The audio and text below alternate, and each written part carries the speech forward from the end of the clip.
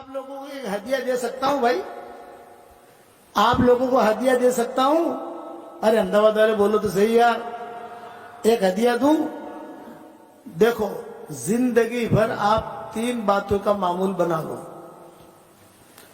میری اس بتائی ہوئی بات پر اگر آپ نے عمل کر لیا تو آپ کی قیامت تک کے آنے والی نسلوں میں انشاءاللہ دین داخل ہو جائے گا اور کوئی فقیر نہیں رہے گا.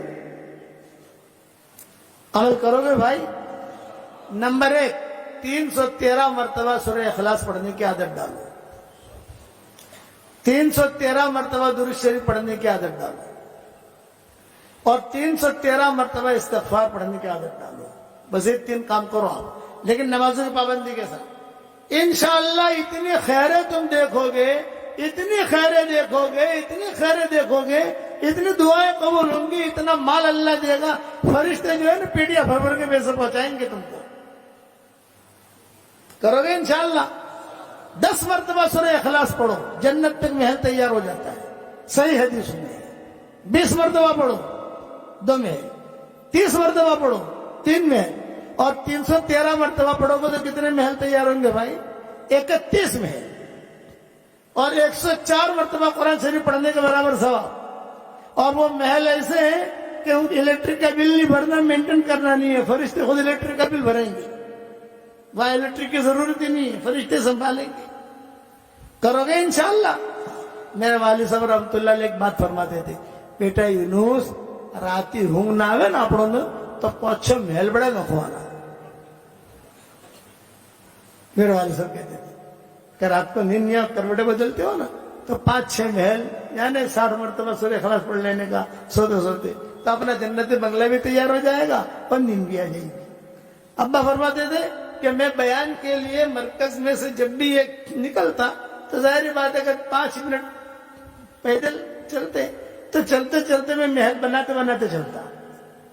10 مرتبہ پڑھ لوں، کہیں 15 مرتبہ پڑھ لوں. کہا اللہ پاک یہ محل تو ہمیں دے دینا. اور ایک بات بتاؤں کہ اللہ ضرور دے گا. اب تھوڑا بھاؤ ہم نے بڑھا دیا. پہلے لوگ کہتے تھے کہ مولانا پہلے 100 مرتبہ پڑھواتے تھے، اب 313. میں نے کہا بھائی تم نے مکان کب خریدا تھا؟ یہ کہا 1995 میں خریدا تھا. کتنے میں خریدا تھا؟ 25 لاکھ میں خریدا تھا. اب جو ہے کیا بھاؤ ہے؟ 2 کروڑ ہے. میں نے کہا تیرے مکان کا بھاؤ بڑھا تو ہمارا بھاؤ نہیں بڑھے گا؟ بڑھے گا کہ نہیں؟ تو 313 مرتبہ سورہ اخلاص پڑھنے کی عادت ڈالو، ٹھیک ہے؟ اور یہ میری تصویر ہے، جاندار، شاندار، مالدار، دیندار. یہ میری تصویر ہے. پورے احمدآباد والوں کو تو دے نہیں سکتے، یہ ہمارے محترم ہیں، ان کو دے دیتا ہوں. لو بھی یہ آپ کو ہدیہ، ایک ایک دانہ سنبھال کے رکھنا. میری تصویر ہے، میں خود پڑھتا ہوں اس پر. تو 313 313 313. ارے بعض لوگ تو ایسے ہیں کہ خالی اپنے جیب میں لکھ کے رکھتے ہیں 313 313 313، تو بھی مالدار ہو جاتے ہیں. بدرین کی تعداد ہے، بہت بڑی چیز ہے یہ. اب جناتوں کے 5 بیانات رہ گئے. کتنے بیانات بھائی؟ آج تو میرا ارادہ تھا مائیکل جیکسن کا قصہ سنانے کا، کہ مائیکل جیکسن کا قصہ سناؤ، جوانوں کو ذرا مزہ آتا ہے قصہ سننے میں، سمجھ گئے نا؟ لیکن اب وقت نہیں، اب ہم تھک گئے ہیں. صبح بھی ہمیں بیان کرنا ہے. اب دعوت کا کام یہ ہمارا سدا بہار ہے، سدا بہار کام دعوت کا. ہر آدمی یہ نیت کرے کہ ہمیں دعوت و تبلیغ میں لگنا ہے. لگو گے انشاءاللہ؟ چلے لگاؤ، مسجد جماعتیں بیٹھو، 3 دن لگاؤ، لیکن ہمارے ساتھیوں کے مشورے سے، بغیر مشورے کے نہیں. ہمارے مشورے کی جماعت ہے، ہر مسجد میں ہمارے ساتھی ہیں الحمدللہ. مرکز میں جاؤ، جمعرات کو بیان ہوتا ہوگا، سنڈے کو بیان ہوتا ہوگا، اجتماعات ہوتے ہیں، مشورے ہوتے ہیں، شریک ہو جاؤ. یہ کام ایسا کام ہے جو اللہ محدود ہے.